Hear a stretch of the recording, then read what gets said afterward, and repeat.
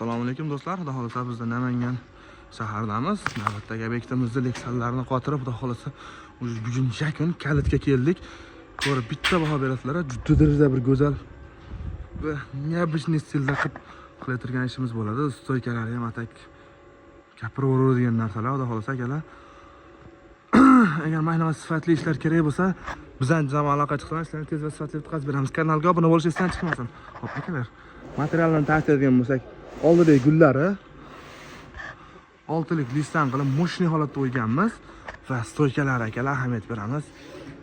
Masalan, ko'pchilik temir tushunadigan akalar bo'lsa, ana qirdan o'zi bilsa bo'ladi. To'rstena ko'rishlaringiz ding deyapti, qorcha ovoz ham yo'q, parashni hech qanaqa materiallar ishlatilmaydi. Mana shu stoykani o'zi kerak bo'lsa darvozachilar birorta darvozaga ishlatmagan orzusida-yu bunaqa material ishlashni xohlasa, bizdan Neveska oddiy ikkitadan qilib bu stoyka qilib beramiz akalar. Leksallar ham xudo xolasa rossiyskiy 15 yil garantiyali leksallarni olib kelib qatiryapmiz. Uyda sifati ham juda go'zal holatda chiqqan ekan. Uyga moslab moshni holatda bitkazib beryapmiz.